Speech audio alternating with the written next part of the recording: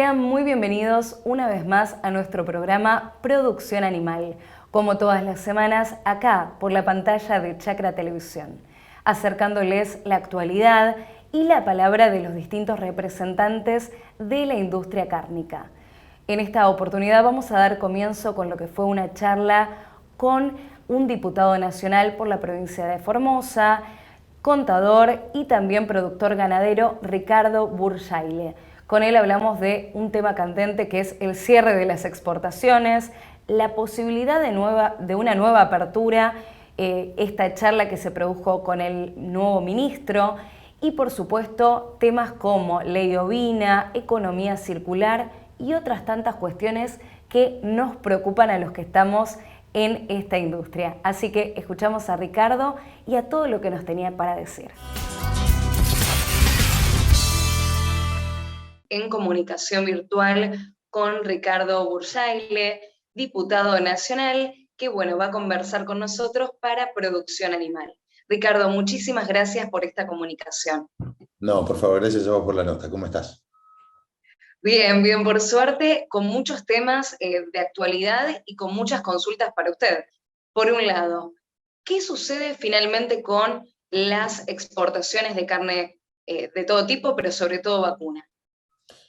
Puedo decir, ojalá no tuviéramos tantos temas para conversar, ¿no? Porque los temas que tenemos para conversar no son del todo halagadores. ¿Qué sucede? Hasta que estamos en la misma situación que antes del anuncio del ministro Julián Domínguez. Hasta el día de hoy no se ha publicado la apertura de la exportación a China, por lo tanto no ha sido más que un anuncio, debía estar abierta la exportación desde el día lunes, hoy ya es miércoles y no está publicada en el boletín oficial, entonces la primera pregunta es ¿qué pasó? ¿Por qué solamente anuncios? Y encontramos un contrasentido en todo esto, mientras lanzan un pomposo plan de aumento de exportaciones, siguen cerradas las mismas, y al mismo tiempo se interviene el mercado del maíz, por más que no haya ninguna resolución, ¿no es cierto?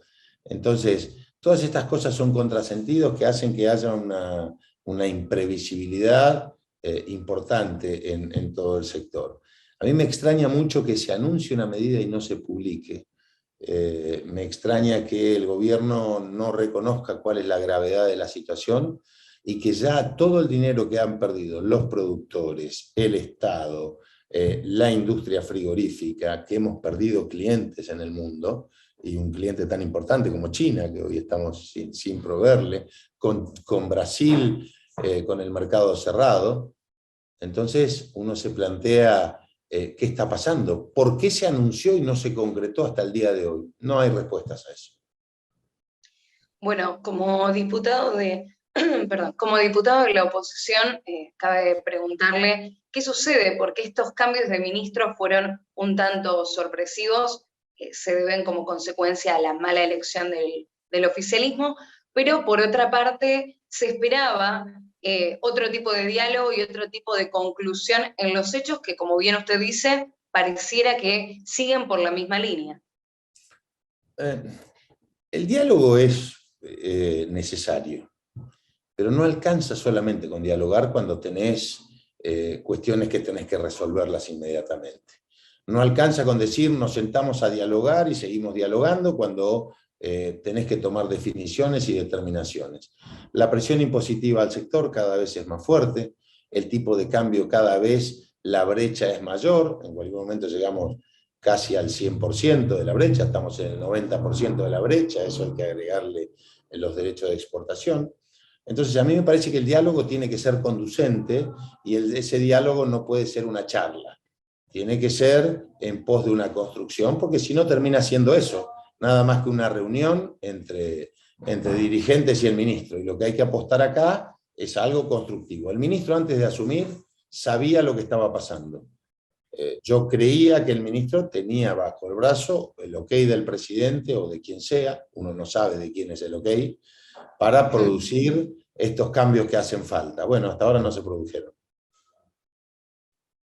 Otra posibilidad que se estaba planteando antes de esta conversación con el ministro tenía que ver con la unión de varias partes del sector agropecuario, tanto la granaria como la industria cárnica, para un fuerte paro en reclamo a esta situación que por el momento se vio congelada.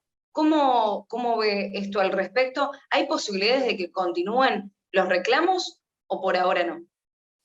La verdad es que yo no me voy a meter en las decisiones que toman las entidades, pero conozco cómo es el movimiento de las entidades porque fui parte de ellas y tengo muchos amigos.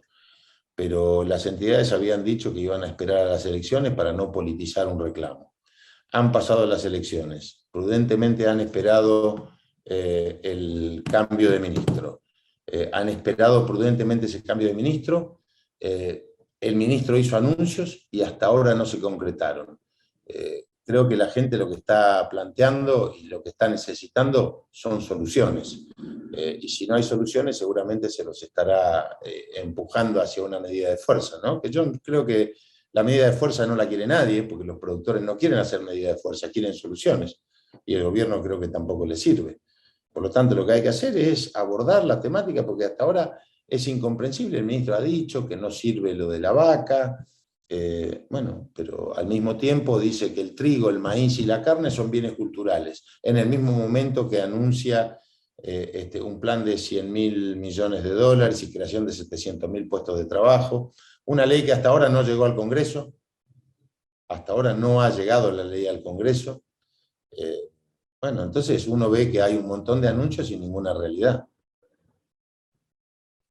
Estando adentro y siendo también productor ganadero, viendo la necesidad que tiene el país de seguir creciendo, no solo en la industria cárnica, sino en general, ¿qué se podría hacer y cómo se podría mejorar esta situación que es tan compleja?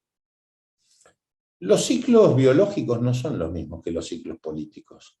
La política cree que puede mejorar cómo va a ser la oferta de carnes cuando a lo largo de la historia argentina ha habido un mal manejo. En la Argentina ha habido vedas, ha habido cierre de mercados, ha habido restricciones. El rodeo argentino allá por los años 70 era de 61 millones de toneladas, que volvimos a tenerlo en el 2006, y hoy estamos con 55 millones, perdón, de cabezas, perdón, no de toneladas. Y hoy estamos con 55, 56 millones de cabezas. Brasil en aquella época, en los 70, tenía 50 millones de cabezas, hoy tiene 200 millones de cabezas y es el principal exportador mundial de carnes. Entonces, plantear que esto va a llevar sin incentivo a las exportaciones, sin previsibilidad en las exportaciones, que va a llevar al aumento de una oferta, todo lo contrario. La gente va a correr la frontera agropecuaria y el que tenga posibilidades va a hacer agricultura, y si es posible va a hacer soja en vez de hacer trigo o maíz, para no entrar en los bienes culturales que dice el gobierno. Entonces vamos a caer en una política de sojización permanente. Hoy en la Argentina el consumo de carne vacuna ha caído, pero ha caído ha cambiado el consumo de carne de proteína roja. Hoy hay 45 kilos de consumo de pollo, que antes no lo teníamos, tenés 15, 17 kilos de cerdo, tenés consumo de pescado. Entonces, hoy lo que hay que recrear es la oferta ganadera. ¿Y cómo se recrea la oferta ganadera? No haciendo que la vaca vieja se te muera en el campo, dando previsibilidad para el que tiene que exportar, porque si no, no sabés en un ciclo tan largo como es el ciclo ganadero, que va 3 años o 4 años, depende de dónde estés, pues desde el mismo momento del entore hasta un novillo terminado. Entonces no es posible, la gente no tiene seguridad y no invierte. Hay que hacer retención de biestres, hay que hacer pasturas, no hay líneas de crédito. Entonces siempre vamos a estar como el perro que se muerde la cola. Bueno, usted como productor ganadero bien lo sabe, y la verdad que era una industria que prometía muchísimo, generar muchas fuentes de trabajo y mucho crecimiento, y así venía siendo hasta todo este parate. ¿Qué sucede y cómo lo vive de adentro del campo un productor a esta situación que hay una limitación, pero por otro lado tiene ganas de seguir creciendo y de seguir avanzando? Con impotencia, con desazón, no sabés qué hacer, tenés vacas y estás esperando que venga la racionalidad, vacas que son de invernada, vacas que son manufactura, algunas que se murieron en el campo porque no las podías mandar al frigorífico, que los que hacen novillo no saben si hacer novillo pesado para exportación o para el mercado interno, que no es lo mismo una mercadería que otra. Si haces un novillo para el mercado externo, es un novillo de 440, 450. Si haces para el mercado interno, es un novillo más liviano, un novillo de 380, 400 kilos. Entonces, esos kilos hacen la diferencia y hacen a la previsibilidad y hacen a la inversión que hace un productor ganadero. No podés largarte a hacer un novillo de exportación y de buenas a primeras viene un funcionario y te dice no exportas más, porque el precio, la inversión que hiciste para ganar los mercados internacionales, después esa misma inversión no es la mercadería que va al mercado interno. Entonces perdés plata. ¿Qué terminás haciendo? Perdés mercados internacionales, producís para el mercado interno exclusivamente una carne que es de excelencia, pero que no generás divisas, que no generás puestos de trabajo adicionales en la industria y que no generás expectativas a futuro. Bueno, Ricardo, por supuesto agradecerle esta comunicación, la claridad de sus palabras, y para cerrar me gustaría que nos cuente un balance de lo que ha sido el trabajo del año pasado, situación de pandemia y demás, y por otra parte, qué perspectivas tienen desde su bloque y sobre qué cuestiones están trabajando actualmente. El año pasado fue un año, el 2020 fue un año absolutamente atípico. Tuvimos sesiones, primero empezamos con sesiones virtuales, después fuimos a las semipresenciales. Un año absolutamente atípico por la pandemia, con vuelos paralizados, con nosotros que no podíamos movernos de nuestra provincia y si entrábamos. Entonces fue un año atípico para todos. Después avanzamos a sesiones semipresenciales y pensamos que a esta altura ya las sesiones presenciales se debieran dar. Ahora, ¿por qué no se dio la sesión y el quórum los otros días? Porque hay temas que nosotros queríamos incorporar y el oficialismo no tenía intenciones de incorporar. Por ejemplo, la ley ovina, por ejemplo, modificación a la ley de alquileres, por ejemplo, boleta única de papel. Creo que hace falta todo esto en la Argentina y el oficialismo solamente quería avanzar con etiquetado frontal, que nosotros acompañamos ese etiquetado frontal. Pero hoy ante esta realidad se hacía falta esto. Tampoco ha venido el ministro a presentar el presupuesto, y todos los días vemos que hay crítica al presupuesto. Entonces, creo que va a ser difícil, porque nosotros no tenemos las mayorías para sentarnos en la Cámara, la tiene el Frente de Todos, y que aún ahora la va a perder en medida que no convoque a temas que le interesa a la sociedad. Hoy la sociedad está preocupada por otros temas. Entonces, incluido el etiquetado frontal, pero la sociedad está preocupada por la inflación, la sociedad está preocupada por la inseguridad. Bueno, nada de eso se plantea hoy. ¿Cuál va a ser el presupuesto que vamos a tener? Así que yo espero que, bueno, entramos en proceso electoral. Todos los años de proceso electoral siempre hay menos sesiones, es natural, pero espero que esto se revierta y que podamos tener en poco tiempo más una normalización. Dos temas que me quedaron en el tintero, por supuesto uno que nombró, que es la ley ovina. ¿Qué sucede con eso? Está muy estancada. Y por otra parte, la ley de biocombustibles, que fomenta la economía circular para los productores ganaderos, agrícolas, y que era tan importante que salga adelante, y también hay un parate en esa situación. Bueno, en lo que es la ley ovina, no entendemos por qué el oficialismo no acompaña eso. No entendemos por qué no quiere incorporarla al temario. Lo hemos pedido de todas las maneras, ya tiene media sanción del Senado. La ley de biocombustible, nosotros manifestamos que no estábamos de acuerdo con la baja en el corte que se plantea. Mientras el mundo avanza hacia una mayor integración del combustible verde, del combustible renovable, el gobierno propone sostener una situación de energía no renovable, con una mayor contaminación, con mayor emisión de gases de efecto invernadero. Por lo tanto, creo que es un error del gobierno y que va a contramano de lo que hace el mundo. Es esta famosa discusión. Tenemos un Ministerio de Medio Ambiente, pero que después de decir todo lo que dice el medio ambiente, promueve los combustibles fósiles, baja el corte del biodiesel. Entonces uno dice, debiéramos empezar a darle mayor previsibilidad a todo esto, porque hay plantas que en serio van a tener problemas de generación de aceites y de biodiesel. Muchas gracias, Ricardo, por esta comunicación. Gracias a vos, muy amable.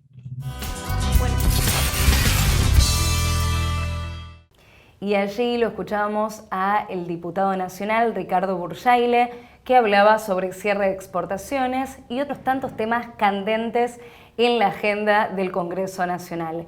Ahora vamos a una breve tanda y seguimos con más Producción Animal.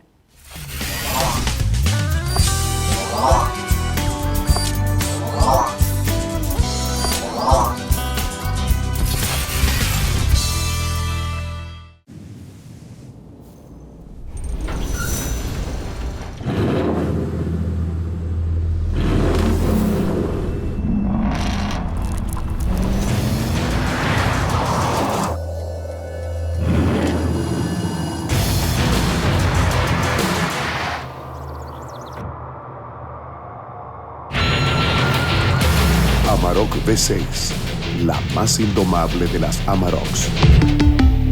Volkswagen. La carne vacuna refuerza naturalmente tu sistema inmunológico. Por eso, esta primavera, quédate cocinando en casa con la mejor carne del mundo. Encontrá las mejores recetas en www.carneargentina.org.ar.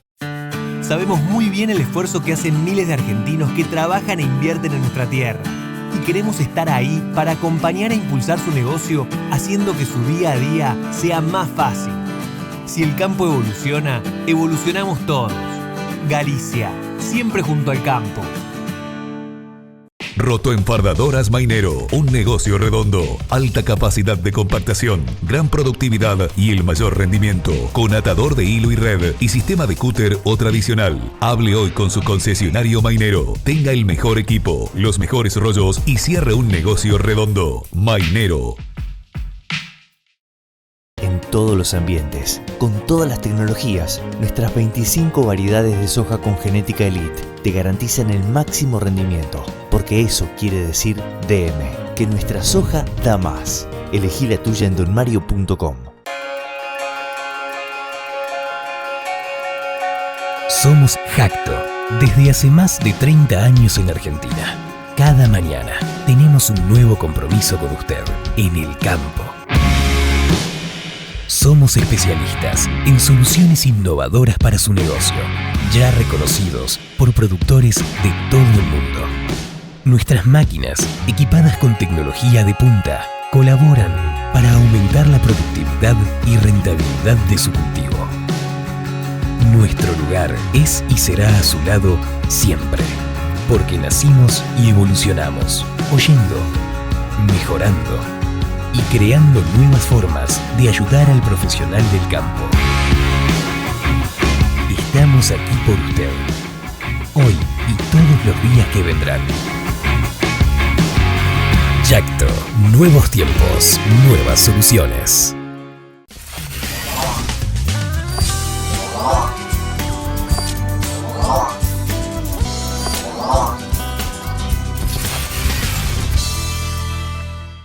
Segundo bloque de Producción Animal, hacemos un cambio de tema, vamos al área más técnica y por ello vamos a escuchar lo que fue una entrevista con un cordobés, médico veterinario, residente en el área de zoonosis del Ministerio de Salud de la Nación, que nos cuenta sobre enfermedades, sobre todo monitoreo de enfermedades como pueden ser la rabia, la brucelosis, que afectan a animales y en algunos casos a personas, y ellos se abocan a lo que es la provincia de Buenos Aires. Nos cuenta su desempeño, su labor y por supuesto todo lo que tenemos que saber sobre estas enfermedades.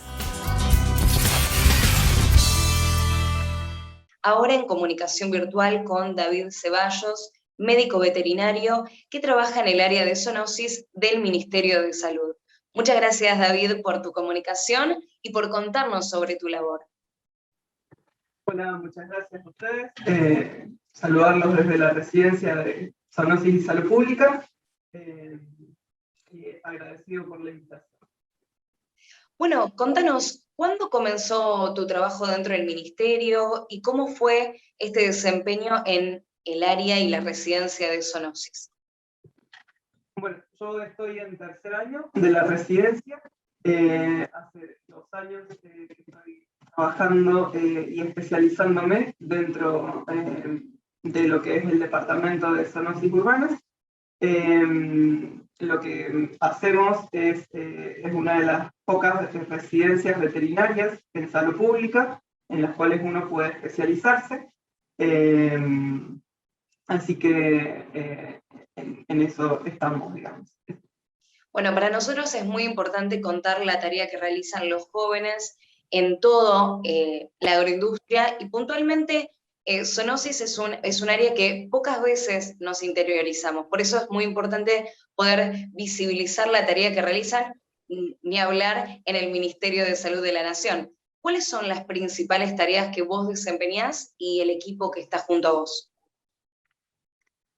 Dentro de lo que es la residencia de zoonosis y salud pública, que está encargada dentro de lo que es el departamento de zoonosis urbanas de la provincia de Buenos Aires, lo que hacemos es la investigación y la monitorización de las enfermedades de transmisión entre los animales y el ser humano, dentro de un concepto de una salud, en la cual todas las enfermedades no son estándar de una sola especie, sino que las compartimos como ecosistema, ¿sí?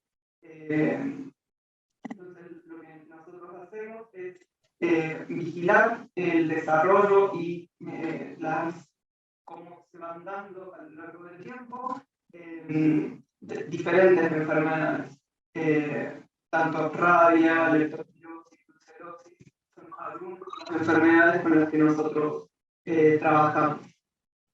Bueno, hay enfermedades puntuales en las cuales hicimos principal hincapié este año que tienen que ver con vaca loca o la peste porcina africana, por ejemplo. ¿Ustedes tratan estos temas?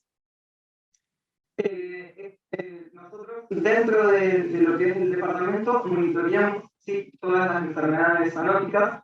Estas 2 enfermedades puntualmente no estamos trabajando en este momento porque no las tenemos dentro de lo que es el departamento de zoonosis urbanas. También hay un departamento hermano que es el departamento de zoonosis rurales, que entre los 2 departamentos se encargan de la zoonosis a nivel provincial. Dentro de lo que son las enfermedades zoonóticas, nos estamos encargando más de lo que son las enfermedades en lo que es hasta el tercer cordón del conurbano. ¿Cuáles son esas enfermedades hasta el tercer cordón del conurbano a las cuales están atentos en este momento o las que le generan mayor preocupación? Dentro de lo que es provincia de Buenos Aires hay un manual de enfermedades de notificación obligatoria para todos los veterinarios, que son básicamente rabia, leptospirosis, brucelosis, micobacteriosis en pequeños animales, esporotricosis,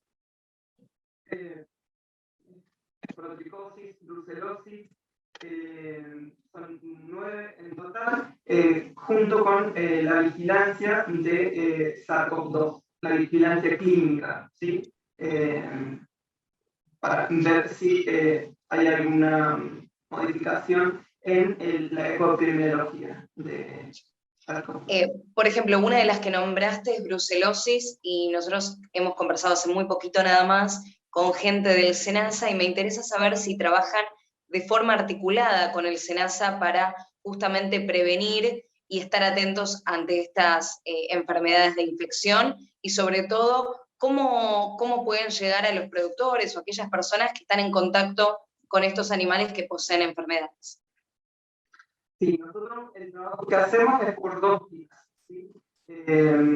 Toda esta información es subida a lo que es el Sistema de Información Sanitaria Argentino, que es a nivel nacional. del área humana. En caso de haber algún caso, se sube la información. Esto está a disposición de todos los entes gubernamentales, y desde ahí se trabaja en conjunto con los centros de zoonosis municipales y con todas las áreas a nivel nacional. Si hay algún, por ejemplo, productor de la provincia de Buenos Aires, alguien que esté vinculado con lo que tiene que ver, por ejemplo, con la ganadería, y nota alguna alteración en su ganado o algo, este mensaje se lo tiene que emitir directamente al SENASA o también al Ministerio de Salud. En ese caso, ¿cuál sería la mejor opción para comunicar sobre esta situación? Bien. Siempre comunicarse con el veterinario de cabecera o demás, que es el primer agente de salud al cual podemos tener acceso. Y dependiendo del caso, ahí el médico veterinario, dependiendo el criterio que va a estar usando, va a decidir si esas enfermedades son de notificación hacia el sistema de notificación de provincia o directamente hacia SENASA. ¿Sí? La mayoría de las enfermedades en grandes animales se notifican directamente en SENASA.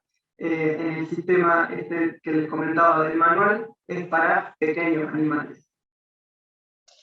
Bueno, por supuesto, hablando de jóvenes y el campo y la importancia de todo lo que tiene que ver la cadena de producción y estas nuevas generaciones, me gustaría saber un poquito de tu historia, de dónde venís y cómo comenzó tus estudios como médico veterinario. Yo nací en Córdoba, en una zona rural de la Sierra de Córdoba, y para mí fue por ahí como el mirar a cuáles eran los profesionales que llegaban a esos lugares, a ese paraje en el que yo vivía en Córdoba. Por eso empecé a estudiar veterinaria. Bueno, ya después de haberme recibido y demás, empecé a ver mucho más esto de la salud pública y cómo las enfermedades pueden traspasar las fronteras de la salud animal como sí misma y llegar a la salud humana. Así fue como empecé y así es como llegué acá a la provincia de Buenos Aires a especializarme en esto. Bueno, está la lista que las enfermedades en general pueden tener saltos interespecie, como la actual pandemia que estamos teniendo en curso. Entonces hay que seguir investigando y tenemos que seguir apostando por la monitorización de estas enfermedades para que no nos agarren desprevenidos cuando saltan de una especie a otra.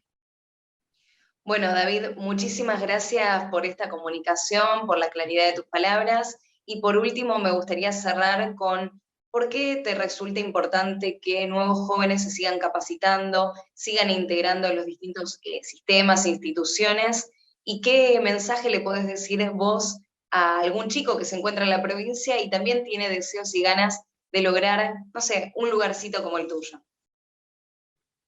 Bien, básicamente decir que siempre, digamos, cuando nos motiva el hacer cosas nuevas, tenemos que tratar de llevarlas adelante y poder ir viendo cómo ganamos estos nuevos espacios, porque siempre hacen falta ideas nuevas, siempre hacen falta ganas en todo lo que es tanto en el campo como en la salud, que en definitiva es una sola salud. Entonces siempre hay que estar trabajando en pos de adquirir nuevos conocimientos para de esa forma después estar preparados para un futuro o ante estas desavenencias poder actuar lo más rápidamente posible. Así que sí, espero que todos los jóvenes sigamos apostando a esto para crear nuestro futuro. Y con las palabras del médico veterinario David Ceballos, damos por finalizado este programa Producción Animal. Por supuesto, los invito a quedarse con toda la programación de Chacra Televisión y a que nos volvamos a encontrar la próxima semana acá, por la pantalla de Chacra TV, con más Producción Animal.